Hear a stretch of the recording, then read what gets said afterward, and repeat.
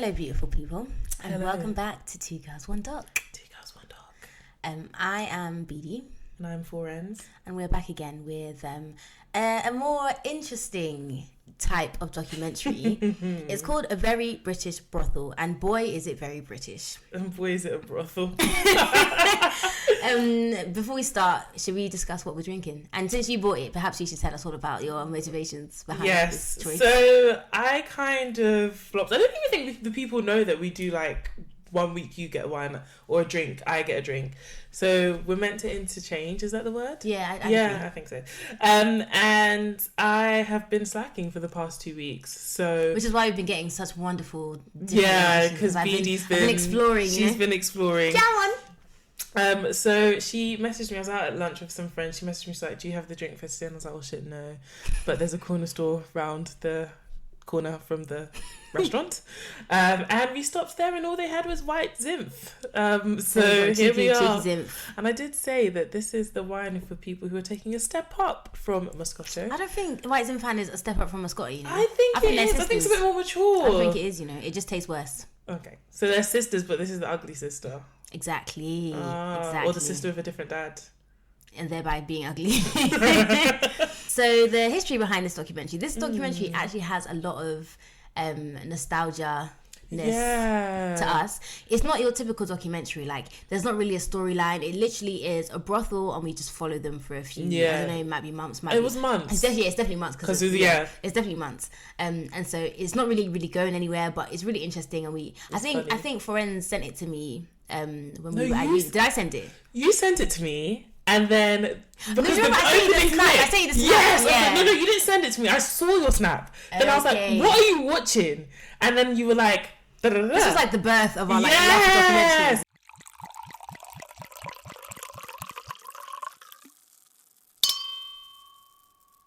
This is probably like 2012, 2013 that we saw it because it was uni. Yeah.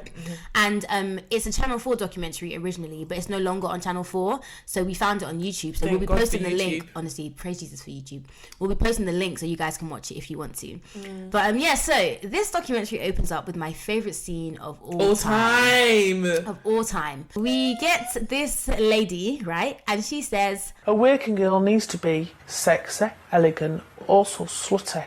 Because a man likes a slut." Can I say, I put on my subtitles because they have an accent. They're from... You are so bougie. The accent is not that bad. They're from Sheffield. You can't understand them. I can. A side note, my dad was born in Sheffield, actually. So what does that mean? I have a black friend. These are actually my peoples, technically. But I couldn't understand them.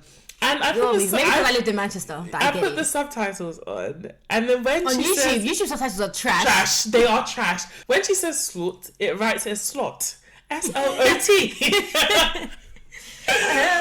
But this that opening scene, and with her all like literally, she is such a queen with her synthetic. I was just gonna say red wig. The red, it's like red, but not like Rihanna red. It's like an auburn color that you only find on Barbies. Yeah, it's synthetic as hell. As hell. She has this like black lace up blouse. Yeah. And then basically at first there's like a close shot of her, right? She's like on the bed. And then we get a wider shot and we see, fishnet tights. Oh, sis is out here. Leather skirt. She's doing all of that, you know? So yeah, that literally is my favourite scene of all time of any documentary I've ever seen in my life. She looks about 50, but she could be 25 because she's white. Yeah, no, I don't think she's 25. I think she's probably in her 40s. Yeah. I wish she's in her 40s. Yeah. Maybe she does look really good for a working girl, as they call them. But that's because we assume that they're all on drugs. I was about to say that. We have a really bad impression. But I have that impression of them in this country because it's illegal. So I just assume people doing it are like doing drugs on the street. But this is the thing, and they do also get... I know I said this documentary isn't really about anything, but they do talk about sort of the issues and the preconceptions and things like that. Yeah. At the beginning, we get the narrator sort of talking to us and saying that 1 in 10 men pay for sex. And I don't really know if I think that... Like, I wasn't really surprised by the number. Like, I didn't know if I thought that was a bit... Really? Mm-hmm. More than that? Mm-hmm.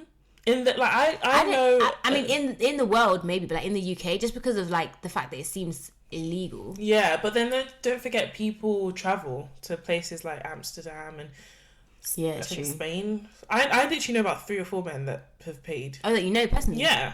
We'll discuss later. Not gonna name and shame, but y'all know who you are, you nasties. So this whole documentary is about the thing is, it's called A Very British Brothel, and it I mean, it's a brothel. It's the epitome. It's a brothel, but I think for tax purposes, it's a sauna. Yes. So this place is called City Sauna, and it's based, like Foren said, in Sheffield. And Sheffield is up north. Like, for anyone who's not British that's listening to this, it's not London, innit? It's like up north, yeah. And so they're based on what is called the Golden Mile of Sex. At a cliff Road, exactly. Yeah. And we hear that people get charged an entry fee, and then like a sexy time fee. And I was like business wise, like this seems like a good shout. It's like going to the club and then paying entry and paying for drinks. Yeah, right? exactly. Yeah, except like, you know, the women are the drinks. The women are the drinks, and boy, do they taste good. Yeah. And I say, like, I'm not really sure how legal this is, but they do speak about it later. Yeah, they? But when she explained it made perfect sense how she got around the legalities. Yeah, exactly. Is that correct? Yeah. Yes. So we meet mother and daughter. Duo. Yeah, mother and daughter duo. Kath, who is the owner and the mum, and then Jenny, who is the manager and the daughter. And I think that they both look like they could be in EastEnders. 100%. Like, literally. 100%. Literally look like they could. And I feel like you man know what I'm talking about. You're not my mother. Yes, I am. Dun, dun, dun, dun, dun, dun. So we learned that Kath took over the parlour 4 years ago. And it used to be a pub, and then they converted it into a massage parlour. Exactly, a massage parlour. And we get a tour, a little MTV Cribs. And then Kath shows us around, and she says, "This is our lounge. This is where the ladies sit and chill and relax." But it looks basic as hell. Like, it just looks like one of them like student accommodation houses. Yeah, but like literally, it doesn't look. But then I did say that I don't know if we're looking at it now thinking, "Oh, this looks bad," because I don't know what my reaction was to the decor when I was watching it. No, but I still think it looks quite basic. I don't know why in my head, like, I sort of think escorts, right? And then escorts are really like high class. Yeah, you'd expect. And so like I always just think like, oh, maybe that's like if I was gonna be in that, like I'd want to be an escort. Yeah, but it just seems so like. But they're not escorts. Raggedy. I know, but like just jazz Do it you up think a bit. like 50-year-old like businessmen are calling them to follow them? We saw that they were calling them. We saw their clientele. We saw the come on, and like Kath, the owner, says. Some girls may dream of being an air hostess or a teacher. All I ever wanted to do were to have a massage parlour. And I'm like, sis. Everyone's got their aspirations. Everyone's got it, but like, how did you even... You're like, where did that come from? Yeah, like there's more to being, like, you could be more than an air hostess or a teacher, by the way. Like, yeah. You got options.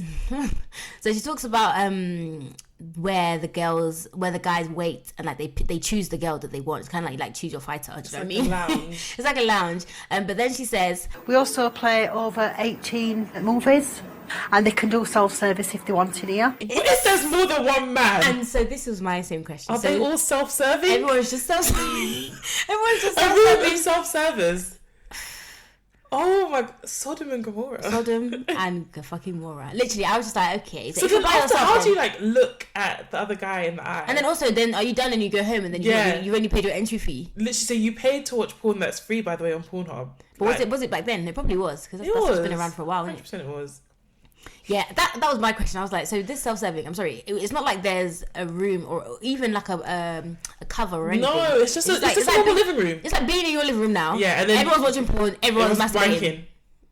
This sounds like Belinda blinked. Belinda blinked. We learned that they've got 4 private massage rooms. The minimum hire time is 15 minutes. And I guess they didn't give a maximum. However long you want. If you got the money, you got the money. Literally. You got the money and the stamina. Don't forget the stamina. Well, there you go. Shout out stamina.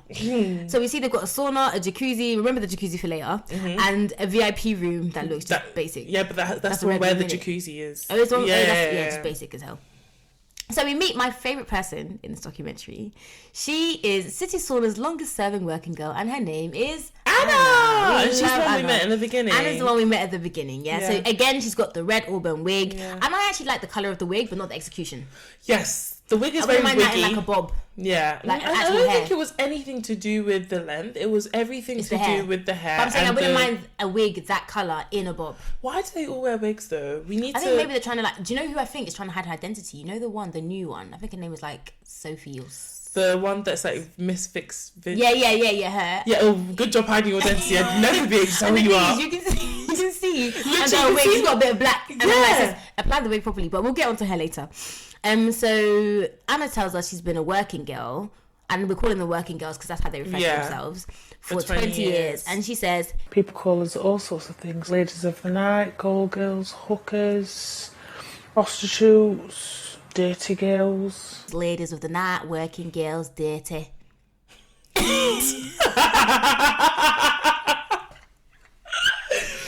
It's crazy that she calls herself a working girl, because I know, like, nowadays you'd say sex worker, right? Worker, that's like the politically correct term. And it just makes you know how long ago this was filmed. Like, this is old. Yeah.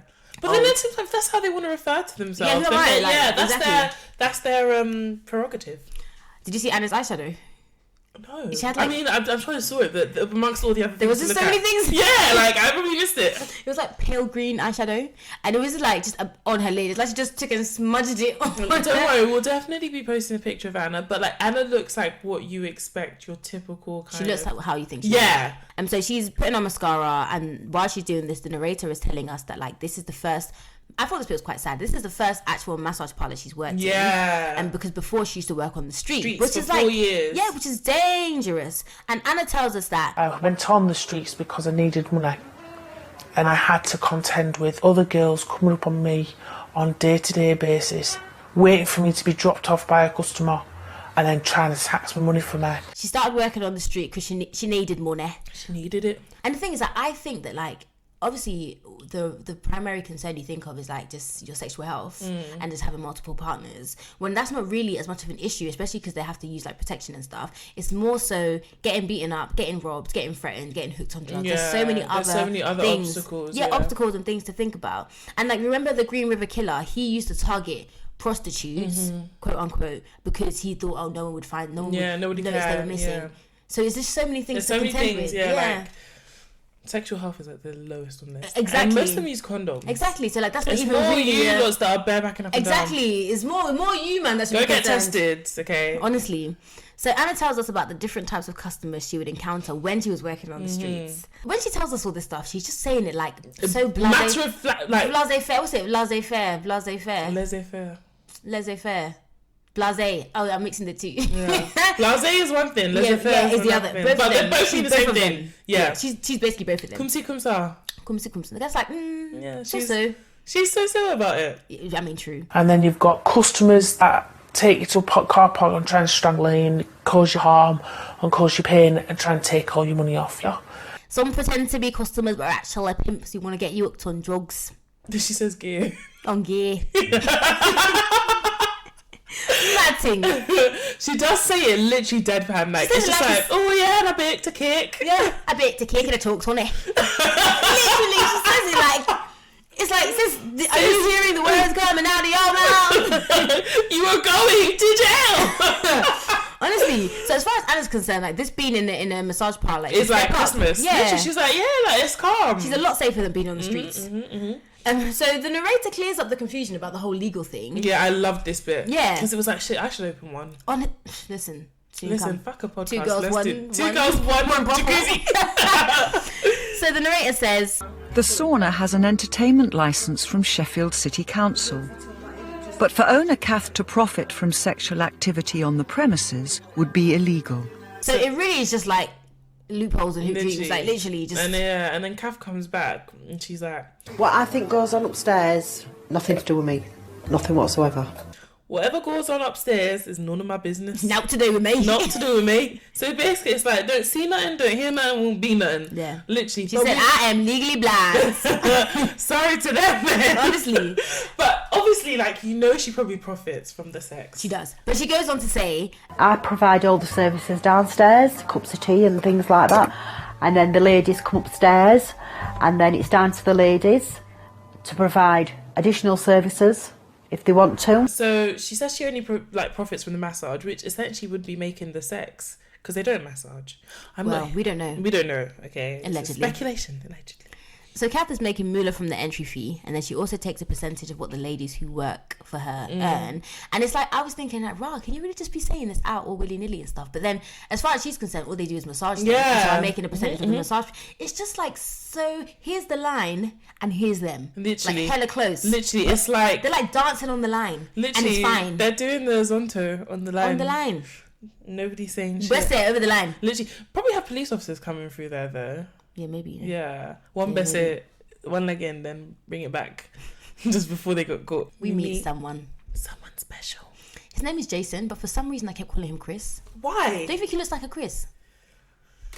Oh, Do you know what? Him and the other one are... Oh! The first one. Yeah. He looks like a Chris. Okay, yeah, I give him that. He just looks like your typical Jack the Lad. Yeah, Chris the Lad. Literally. So we actually see him, no face blurred, no distorted voice. He's just really out there. Jason is loud and proud. Yeah, he's like, Yeah. I beat and what? As in, and he bees there twice a week, we learn. Yep. And this bit was really disturbing to me. Do you know what I'm going to say? Yeah. He says... The first time I visited a massage parlour, I was 14 and I were in Madrid.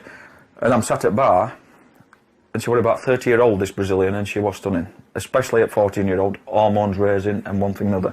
And he says, I'm sat at bar, she was about 30-year-old, this Brazilian, and she was stunning. Wait, can we stop you? Because I needed to ask. I don't know if he doesn't know that Madrid is in Spain. Therefore, the woman that he met would have been Spanish. Or if she was just a Brazilian woman in Spain. But I don't feel like he has the intellect to know that a Brazilian woman was in Spain. So I think he thinks... If this was Aiden when he was 14, he's 39. So I think he thinks he got on a flight, EasyJet, from London to Madrid and thought he was in Brazil. I had the exact same I thought. had tears in my eyes. And I do think that's what it was. Literally. Next thing, she's rubbing my leg. Do you want to go upstairs and have sex? Naively, I says, why does your mum and dad own this place? Does your dad own this place? This is how you know you shouldn't be having sex. If you don't know when a sex worker is trying to get you to what's the word? Patronize her. Then you're not old enough to be having sex. This is definitely statutory rape. If nothing else. If at the very least. And then Jason he doesn't really go into it, but he just kind of mentions how work stresses him out, and that's why he goes there. And he proudly tells us that he slept with every girl at City Sauna. And this particular time, we see him going upstairs, have a bit of a rendezvous with our favourite girl, Anna. They love Anna. I would love but Anna. I love Anna too. I love Anna. Apparently I think she's on. We'll get into Anna a bit later. I think she's on it, bruv. So we get this scene with Anna on the bed. This is kind of like the same scene as like the beginning of the thing. And she's got her fishnet tights on and lace up top. So in this scene, Anna's telling us why she's suited to this job. I think I'm suited to this job because I'm an infomaniac and I absolutely adore sex. I love it so much. So this bit makes me just think that like people always kind of look down at sex workers and think, oh, what happened to make them do this? Yeah. Like, some of them actually just like sex. Yeah. It's like being like, oh, I really enjoy doing makeup. I'm going to be a makeup artist. It's so and true. Make money off it. It's so true. And it's like these people are kind of like, I love sex. I'm making good money. I'm going to just be a sex worker. There is absolutely nothing I cannot do. There is absolutely nothing I cannot do. I'll do anything once. If I can't do it after I've tried it once, I will say, I'm sorry, I can't do that again. I say I'm sorry, but I can't do that again. And at this precise moment, I cannot find anything at all that I cannot do. I said, okay. I said. Come through, sis. You know what? When you see her face, she's serious. She's serious. Not like she's not blinking. She's saying this deadpan. As in, it's like she's just saying, look, I know my times tables and I love maths, and so there's nothing in maths that I can't do. She will do it. She is on it. A man's dream. Honestly. Better woman than me. A man loves a slut. Yeah, so after all this, Jason's leaving and he just got done fucking and she felt it all in her brain. I can feel it all in my brain. I just gave some fucking one the other day. Oh my god. Sorry, Jason, for my mic. Listen, I just got done fucking. So basically he says like everyone is a consenting adult. And what's the issue? Like basically it's like any other service provider. It's like a builder, it's like a plumber. He has a need, they provide the service. Yeah, and you pay for it and you're on your way. So we're back with Kath and she's telling us that like people's reactions when they find out she's got a massage parlour, because obviously everyone knows that means brothel. When people find out I've got a massage parlour, a lot of people turn their nose up at me because they think they're sleazy, they're dirty. Because they think they're sleazy, dirty. And she tells us at the end of the day, like, she pays her tax, her national insurance, and she's just a normal employer. Like, and that's absolutely true. Yeah, and I guess when the government are getting their tax, like, they don't really care. Yeah. They're just getting their tax. And on top of that, like, everyone has sex. Okay, well, not everyone. but yeah, most people have sex, yeah. and people enjoy sex, and some people cannot get the sex the way they want it, or they can't do whatever, so they pay for it. Yeah, the need is there. Let someone provide the service. But like what Jason was saying, we're both consenting adults. We're both here, and it's actually, when you, as funny as this documentary is, you think about the harsh realities of like being a working woman on the streets. This is such a safe, healthy environment to do it in. Like, it's definitely safer. They need than the more other than they need more things like that. Yeah. So we get this back and forth between Anna and Jason, and Anna's talking about how she gives it 100% with every customer, and Chris says you can genuinely see that Anna quite actually enjoys it. And then he says, straight face, by the way. And we are discussing Anna's quite a squirter actually. And then it goes on break. So no context, we don't get to discuss that. There's no explanation, but Anna is quite a squirter. But then, to be fair, I'm not surprised. But you don't just like. Are you? Can you make yourself squirt? As in, like, not you specifically. Well, I don't know where you are. As in, like, is that a voluntary thing that people can do, or is it just a thing? I think every woman can, but some women hold. You haven't untapped the. The point where you get to where you should, you pull back. Yeah, fair. But Anna must be like she. I feel like Anna, there is no pulling back. There is no. back. She probably like guzzles down water so she can pee on top of it, water sports and everything in there. I think she's. There's nothing. She said, there's nothing I won't do. Nothing. And if I can't do it after trying it one time, then I say I'm sorry. I can't do that. Okay, so we're back from the break, and there's this clip that's really problematic, but I just thought I'd highlight. So Jenny asks Kath what she wants for breakfast, and Kath says, 1 thick toast and a black man. What's rich? Yeah. No, I don't want to know what you want. What's got Shut up. about 3 weeks to live and a soft cock. 1 thick toast and a black man. What's rich? What's got 3 weeks to live and a soft cock? And it's just like, sorry? Like, Kath was doing so well. I really liked her. I was like, she's just a working mum, and then she had to go and say this. But I think a lot of them think that way, and that's why a lot of them love off Idris Elba, innit? Because they just think, oh, cool, blimey. Yeah. Old guy, soft cock. But she's trying to get that will money. So Kath is explaining how lots of people ask if they can have a session with her and Jenny because it's their fetish to have like mother and daughter. And she says, but no, why would you even want that? And Jenny looks disgusted. I'm not gonna lie, like Kath looks like if Jenny was on it, the money was enough. Yeah, I'm so happy you said this because Kath's face would come out. Yeah, so disgusted, but her face was like, if the money was enough. And then also I feel like if Jenny was on it, she'd be on it. But like Jenny's face, she looks disgusted. Jenny can't even believe it, but Kath is not repulsed enough. I feel like exactly, she's not repulsed enough. I'm glad that we were both here. Yeah, we're on the same page there. So now we're in Jenny's house. Jenny's the daughter that runs the sauna. Her house is cute. She's proudly showing us her wardrobe, right? And all these shoes and bags. But again, this is the thing. I was going to go onto her more, but then like the time. Because for the time, I think it was appropriate. Yeah. It was still probably a bit trashy, but less so at that time. Yeah. We get into trashy though because other people wear other things. She makes a comment and she's basically like, when she goes to work, she doesn't dress that nicely. She doesn't look too nice. Yeah, because she wants the customers to come in and they're looking at the girls and not her, which is actually a really fair point because she's young, she's beautiful, and she wasn't even braggy about it. It wasn't even like a conceited way. She's just like, I literally need to look like a receptionist because I want the men to come in to... Yeah. I can't be doing too much. Yeah. So now we get a bit more sentimental. We're at Kath's house now. Why are you laughing? Because there's a comment she makes about her dad at the end, and I'm just like, So for now it's sentimental. We've got nice little music in the background. So we see a picture of her and her dad. She's really close with her dad and like same. So she tells us how her dad had Alzheimer's and like she washed him, dressed him, took care of him every day for 3 years, and they were really, really close. And she says that he didn't know that she owned a massage parlor. Like he just assumed it was a clothing store. And she never, she just never corrected him. And then she says, and I think if my dad would have known that I got a massage parlour, I think my dad would have been one of our customers because my dad liked his ladies. And I was just like, is that not weird? Like, and that's what I'm saying. This is why I think she'd be on the mother-daughter thing because it's not weird for her. She doesn't have any boundaries. Yeah, it wouldn't be weird for her dad to probably do boundaries are here. Kath is all the way back there. Like, how can you openly know that your dad would be one of your brothel's patrons? Like, it's weird. And like feel calm about it. Like, Oh. Then we get to the jacuzzi. Ooh. Lord have mercy. Lord have mercy. So Kath's on the phone. She's getting onto someone, and she says, Now, I told you last week not to have no coleslaw, no nothing in that jacuzzi. it What looks the so fuck disgusting. It looks like someone has thrown up a week's worth of shit. Like, we see close-ups, right, of the tub. So we see a tub of Greek-style yogurt. We see a tub of, guys, smoked haddock chowder. A tub of custard. There's another tub, but we can't see what's in it. There's coleslaw. Oh, coleslaw. Yeah. Coleslaw then. Coleslaw.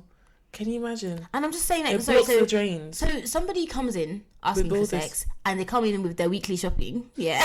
You don't think, sir, should we leave that in the fridge till we're done? Listen, I'm thinking of the thrush And that poor woman must have because experienced. these foods don't even go together. Literally, there was custard. Yeah, there was custard. Yeah, the thrush that poor woman must have. She must. So what, did they fill the tub with these things? Did they rub the things on each other? Sometimes, like, some of these men like women rubbing them on themselves. Rubbing food on them? Yeah. Or like women just being in the food. So some of them don't even really have sex. So maybe like pour the food on them. Yeah, but so some women like, men like to watch women pour the food on them. But this is all thrush. This is not your vagina's friend. Thrushular territory. Territory is the word I was looking for. And then this is at the point where we address the fact that safety can also be an issue at the parlour. We hear that when customers really disrespectful to girls upstairs, they do get dragged out and thrown out because these girls do this job because they want to do this job. And Jenny explains that the girls are here because they want to be, and so no one should be putting them down or disrespecting them. Exactly. And I agree with that, because imagine you're at work, wherever you work, you're there now, and then someone's coming at you being aggressive or disrespectful. Yeah. Like, fam, I'm here at work. Like, literally, be easy. Yeah, what are you doing? You know what I mean? And she tells us they have cameras everywhere except the massage rooms, but they've got panic buttons in which the is really good. And they've not had to use any of the panic buttons so far. Yeah, it just made me really happy, because I've watched a lot of documentaries on like sex work, and it always goes left, and these women are like unhappy, unsafe. Like, it's so good that these people have these measures and the wherewithal. Yeah, Kath is not just a boss out for her money. She actually cares about. Yeah, and you see the posters there about like we are against human trafficking and things like that, because that's another avenue that sex work can tend to go down.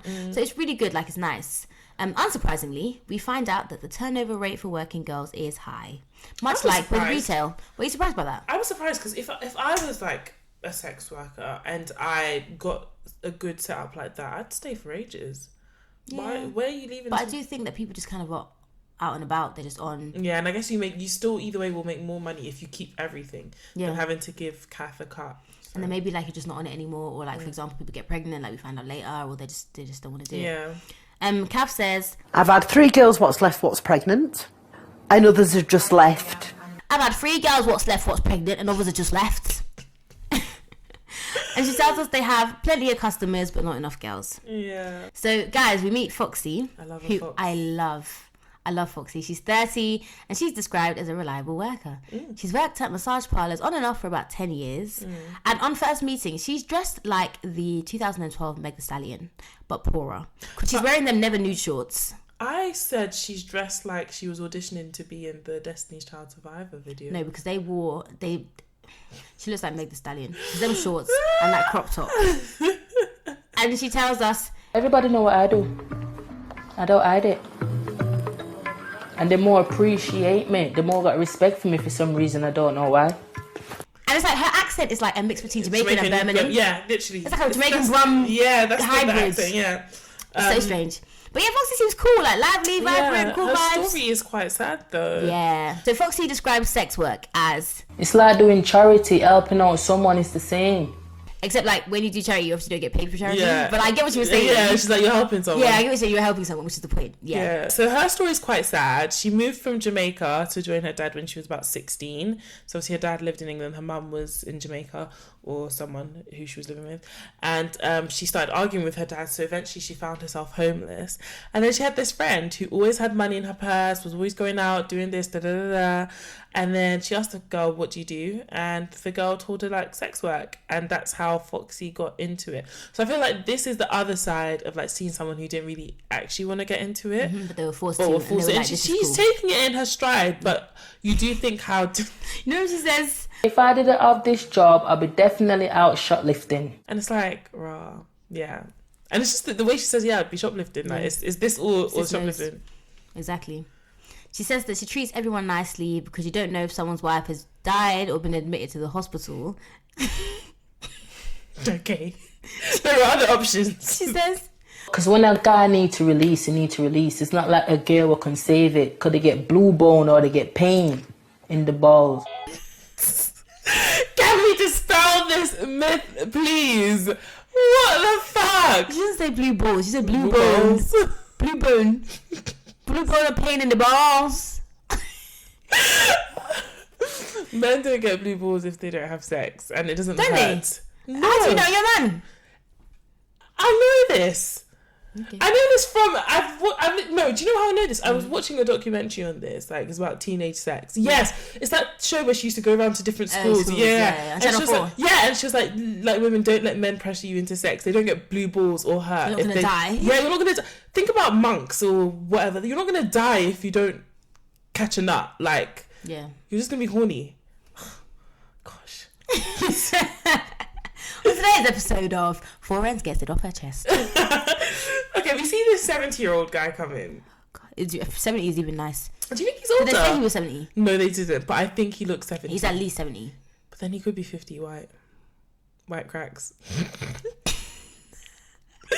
He comes in. He's got the like fox catcher. Is that what they call it? That hat. That hat. Yeah, I know exactly what you're talking about. Literally, he's got that hat. He literally he's dressed like he summers in like, I don't know, Windsor, and he shoots birds. Like, that's how he dressed. He's dressed. Yeah. And he comes in, and like, it's just weird. Like, again, you would never expect this kind of guy to walk in here. Not that you wouldn't expect him to have like an escort, but not such a seedy place. He walks in, and they show him a binder of different women. And then he's like, he picks Foxy. And like, they go upstairs. And I'm just like, how is she going to mount this man? You couldn't pay me enough to mount this That's man. the thing, and that's what I think. There's one thing like really enjoying sex and stuff, but like, is there like, you must really just enjoy sex as in for sex and nothing else. There's no intimacy, there's no emotion, there's no nothing. Like, you could even have sex. There's no attraction. Yes, that's the thing. There's nothing these else. These men are wrinkly and old, and probably have like liver spots on their balls, and you have to just do it. But the thing is, I understand why Foxy is like, not she's on it, but would do this, because you know she says, yeah, when she's talking about like why she does sex work and stuff, and she's like, and when he leave with a smile on his face, that made me feel good, because this guy could go on suicide, but I changed his mind. And the thing is, like, I get what she's saying, that she's trying to say, look, it doesn't really matter about me and what I'm feeling, like I could be really helping this guy, but her saying that he might go suicide, it reminds me of, remember when Biscuit touched his mum's bum and then he said that knife crime stopped because we were all talking about it and everyone got stabbed in the few days after? Do you remember? I've never hated someone so much. I was like, it was like potatoes, weeds, fam. No correlation. There's no correlation. Could go suicide. We meet 39-year-old Sean, who's a regular. He looks like Shakespeare without the hair. Without the long hair. Oh yeah, maybe, yeah. If we went back in that time. Shakespeare, yeah, I see that. He looks normal enough. Like, he looks like he could get girls on the outside for free. Not that he's out here like Mr. Lover, but like just a normal guy. He's like a normal guy, and he tells us the stereotype is a plastic Mac, mid to late 50s, beard, scruffy hair, and a general pervert. But it's all wrong. You got it all wrong. But he's basically saying like, fuck what you thought, forget what you heard. Fuck what you thought, everybody's getting pussy. Literally, like, you don't know the kind of men that frequent these places. And he says he goes because it's exciting to visit, because like most people don't do it, and it's like a thrill of getting caught. Yeah, and he also doesn't want commitment. He doesn't want to get married, doesn't want to commit. He says, the thing is, I kind of get what he's saying, because he says, you come to a place like this, spend 30, 40, 50 quid, and you're going to get what you want, and you can go home and everybody's happy. No one's nagging you, no money on dates, no money on birthday presents, no money on holidays. Like, you literally have your own companionship, which is all you really want, and then you go get what you need, and then you're out. And it's like, that's crazy. Like, I guess some people actually don't, or they're able to fool themselves into thinking they actually don't want any companionship or anything like that. Yeah, and like they do ask him like, what are you gonna do when you're older? And he was just like, I'll be a monk. Yeah, no, he's different when he'll come back. He'll be that 7-year-old that came. Yeah, literally, that'll be him. So we meet Sophia, who's a 42-year-old mum with the shit wig that we spoke about at the beginning. Yeah. It's a synthetic wig, no part, no bounce, no life, no nothing. She literally looks like she could work in HR. Yeah. She looks like Sally. She's like Sally from HR. She's a Sally from HR. Shout out to Kolechnikov. Yeah, honestly. So she tells us, I've been a working girl for around 8 or 9 years now. You see how everybody's story unfolds, right? I got made redundant from a job I was doing and decided that I needed to find something really quickly. And this is another woman who was like, I like sex, might as well get paid for it. And it probably is a thing where she kind of thought that it would be like temporary. In the meantime, let me do this, and then she just liked it. It was easy, and she just never found anything else. It's just funny how people's minds go to that. Like, if I lost my job and I was like, I really need something, I'd be like, okay, cool. Like, let me go work in retail. Because even at uni, when it was like, oh, do you know what? Fam, I never thought of honestly selling the gooch. Honestly. So Gav tells us her concern is for the safety of the girls, and she says, all our girls are checked out. They're not trafficked. Trafficked. They are not trafficked. They're not. They might be trafficked, but they are not trafficked. In case you're wondering. And it's true, like we said before, like there's human rights posters and stuff. So they really, it seems like she really does care about this. And they've got really good policies as well. Yeah, no like drugs, sex, alcohol. no drugs, no sex. All sex. Sex only. no drugs, no alcohol. Because she said the alcohol bit puts the women in really vulnerable positions. Yeah. And I never really thought about that. It's true. Because you know how sometimes you have some drinks, like those who do fornicate, I do not participate, but sometimes you have some drink. Some drinks to get before we get jiggy, loosen. Yeah, but like she was like, nah. Your faculties aren't with you. Can you really consent if you're not in your right mind? Yeah, it's true. And it's a really good point. And this is what I'm saying about the documentary. Like, it's a lot deeper than you think. Yeah, on the surface level, it's just stupid, like with their accents. But like when you really like pull apart the pieces, like they really tackle and they like sort of look into a lot of different like issues. Yeah, issues. That's the word. So we find out that Sophia is also known as Mistress Vixen, which sounds like a drag name. Yeah, literally. And she says Mistress. She doesn't have a Yorkshire accent, actually. Yeah, it was like no, but they're not. None of them are Yorkshire. They're from Sheffield. Oh shit. We're so London. I'm so sorry, guys. Yeah, I'm sorry. It's not London and others. Like, it is literally London and other. It is London and others. It's like, you from London. Look, we don't have that many listeners right now. Can we not isolate them? Sorry. Yeah, guys, I love the Northerners. I lived in Manchester for 4 years of my life. Like, I actually lived in Newcastle. Exactly. So I don't know what my problem is. That's north. But yeah, she says Mistress Vixen will whip you, she'll cane you, she'll lock you in a dog cage. She's a dominatrix. But I don't believe it, you know. You don't buy it from her. No, she doesn't really. She wasn't owning it in the photo shoot either. She wasn't. I feel like she kind of just says that she is, but she kind of maybe like it's like just dipped a toe into it. Because we meet the other girl who's who like, is, and I could see from her face. But then you can't judge a book. I think because her hair's black though. You can't judge exactly. You can't judge a book by its cover. It's true because you don't know what she's like when she's in the throes of passion. Those of clinks. So we see them updating the website with the pics because they were taking pictures before, right? And I actually went on the website. Did you go on it? No, it's just when she said dripping wet Wednesdays. God. So I went to the website and it's still up. Is it? Yeah, they've got pictures on there. I think Anna's left though because her name wasn't on the rota. No, she has because there's a follow-up documentary. You know. Is there? Yeah, we'll have to do that one. Is there? TBC. Yes. Is there really? Yes. And it's all new women. I didn't see any of the ones we know. Oh no! Well, if Anna's not in it, I don't want it. Yeah, Anna's probably retired though. She's been doing this for ages. She's like 50 now. I hope she saved up enough. Where? Put some stuff into a pension pot. Yeah, maybe. How do they pay tax, by the way?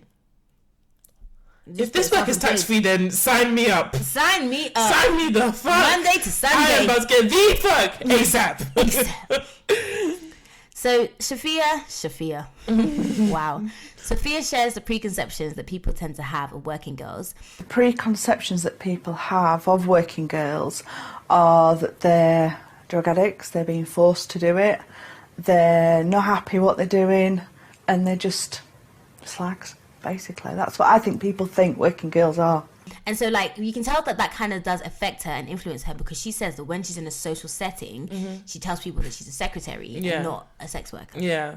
So if she was, I feel like Anna would be like, yeah, I'm a sex worker. Yeah. But Sophia, not so much. Yeah, literally. And she just says, like, I'm just a normal woman. Like, I've got kids. I go to work. I pay, like, my bills, whatever. Like, this is just my job. Yeah, I'm just doing what I need to do. So we learn from Kath and Jenny that City Sauna really relies on repeat customers, and that not all of these customers are actually there for sex. I think this is another issue or another topic that comes up. A lot of men come because their wives are disabled, going through the menopause. The thing about this is that, like, I am not against, like, people going for, like, they feel lonely or they're sad. Okay, two consenting adults, whatever. Where I take issue is where it comes to like infidelity. Yeah. I feel like, okay, you're both two consenting adults, but that's not it. That's not just the criteria for this being okay. Because there's another person involved now, and you've made vows or you've like committed to somebody, and now you're breaking those vows for this reason. Oh, she's got menopause and she's not giving me sex. Yeah. What the hell? If it's a thing where, I don't know, she's got a condition and like you two have agreed, okay, I'm going to do this, then who am I to say that's between you and your house, and that's between you guys. But when it comes to like the infidelity part, it's like, guys, like, come on, don't just brush it under the carpet. Yeah, exactly. Like, that's where I'm just kind of like, yeah, this is a bit mad. Yeah, because my husband could not come and tell me, oh yeah, I'm going to do up because you're having because I said no one time. Yeah. Come on, impossible. Anna tells us quite a few people have platonic encounters. It could just be because they're lonely, they just want to talk, they just want company, which is another aspect. It's like, okay, these are massage parlours, aka brothels, but there's not necessarily sex that's happening all the time. But even like with escorts as well, it's the same thing. A lot of them say like these men just want dinner. So this is what I wanted to do when I was in uni. I was like, oh, what if I just go and I just have a conversation with these old men and they just pay me? Yeah, but it never ends there. And then you it's 2,000 for a dinner here, and then they're like 4,000 if you tickle my bum. Next thing you find yourself in just the bum. 6 inch heels tickling a bum. Well, I was being 6 inch heels anyway, so what else is new? I love Anna because Anna says to us with a straight face, I always tell them when I'm in the room, I will do my best for the half an hour, but I'm not a miracle worker. If you can't finish, you can't finish. It's not my fault. And the thing is that, like, so we last saw Anna go up with the George guy, right? Yeah. And then, like, when the editing is so shady, because, like, when she says that whole, like, if you can't finish, you can't finish, this next scene that they show us is George, like, coming back down after the encounter. Panting. Yeah, literally. So basically trying to imply, like, bro, George didn't finish. Basically. But then she does say to him, like, oh, you did good. It was nice. And he was like, thank you. What's she going to do? What's she going to do? It's part of the job, innit? You might get a tip. You have to lie as well. I'm going to give you all this coochie and lie. That's where I draw the line. Damn. We see Cav shopping for bedding. Yeah, and that's her biggest expense. Yeah, I mean, she says they get a lot of wear and tear. Understandably. She spends, on this one trip, she spends £239. Yeah, and the sheets are very particular because she can only buy certain colours. So she says, see, I can't have white because of fake tan. And I can't have black because it shows up stains. I don't know why anyone wants black sheets anyway. Like, hospitality. I had black sheets. Yeah, but black sheets aren't it. Because how do you know they're clean? I mean, for hospitality. Yeah, but then I stopped having black sheets. Why is that? Because it shows up stains. So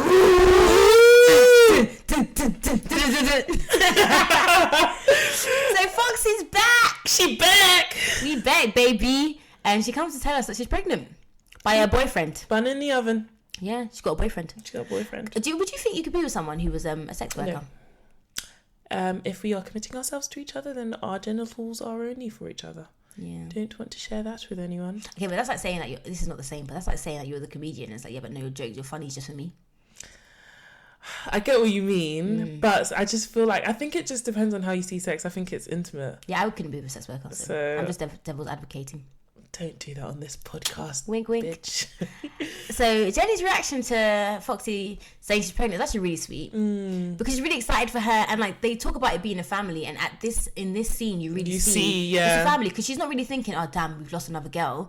I think Kath was more like, oh, we've lost another girl, but Jenny was just like, wow, like I'm really happy for you. This is really, really good. So next we meet Laura, who they refer to as a girl on tour. Yeah. And Jenny explains this to us as... A girl on tour is somebody what goes from city to city, town to town, and just does like a week. It's kind of like a... Circus. Yeah. So you wrote? No. What were you saying? I thought it's kind of just like a freelancer, someone who goes back... Oh yeah, I was thinking circus. Because of all the thrills. Kath says... Basically like a special offer, like you do at Tesco's. It's not on for very long. Just grab it while you can. Not on for long, so grab it while you can. I was like, this woman is so northern. This woman is just literally so northern. She's so northern. So Laura is a single mum, and this is kind of sad as well, yeah, because this basically just shows society's perception of this bit that was job. Because she says she's a single mum and she was working in a bank. Yeah. And I was working part-time as an escort at weekends, and I had my own website. Which, I mean, sis, like you're doing the most, their background checks. Yeah, exactly. Everyone in the bank was aware of what I was doing. My nickname was Belle, for goodness sake. Yeah. And she says her nickname was Belle, so it was obvious. I didn't understand that. I didn't get it at all. I was hoping you would have gotten it. No, Beauty and the Beast was Belle like a prostitute. No, she wasn't. That's what I was thinking. And I thought Belle like ring my bell, but then that doesn't make sense. Ring my bell. So I didn't get that. Yeah. Then a member of staff saw her website and blew the whistle, and then people complained that she lost her job at the bank. I was like, I just don't get why you don't just mind your business. Mind your business. Like, she's not selling drugs. Like, she didn't kill your dog. Like, just mind your business. Just mind your business. Bad vibes. So Sis begins touring so she can make more money, and she says, Most people have a perception of sex workers stroke escorts as high-flying call girls who jet around Europe at the bequest of wealthy chic Arabs, or shivering drug-addicted street girls that are pimped and waiting for their next hit on a street corner. But the truth is, there are people somewhere in the middle like her, just working mums trying to feed their kids. And that's basically. true. And that's what she is. And that's what most of them there are. I don't know if Anna has kids. Yeah, I don't know. She didn't mention if she does. But I always wonder if people like would tell their kids what they do. And then Laura says she told her daughter when she was 7, I told her that mummy has a job where she keeps men happy. It's not immoral. It's not illegal. But let's not bring it up at parents' evening. And I think that's really healthy. Yeah, I think so. I think there's no point in lying to a kid, because the worst thing they can do is find out later on then when they're they mad see about you what you do, and they're mad about how you literally lied. But I do think it's a lot to put on a kid, because like asking kids to kind of keep secrets is just a lot, because then they just don't really know. You know, kids just kind of say what they need to say. They don't have to think about it. It's like when you get to an adult, you have to start filtering yourself and stuff. Just put that on a kid early on. It's just kind of like. It is a lot. It's a lot to put on a kid. But then also you don't want to lie to the kid. I guess the way she explained it. She said it in a really good way. Yeah, but then to be honest, like, as an adult, if someone told you, oh yeah, my mum keeps men company, you'd know. Yeah. Would you but not know? I think she just told her that so she would understand it. Yeah. And then the kid must deep that like this ain't really something to tell, because mum's saying don't bring it up. Yeah. So, but yeah, I do respect her telling her. Yeah. So we learned that Laura is also a dominatrix, but she says she's a hardcore dominatrix. Yeah. So I guess this is the difference between her and Sophia. Sophia seems like soft. Soft. The softest. It's literally the flaccid. As in she...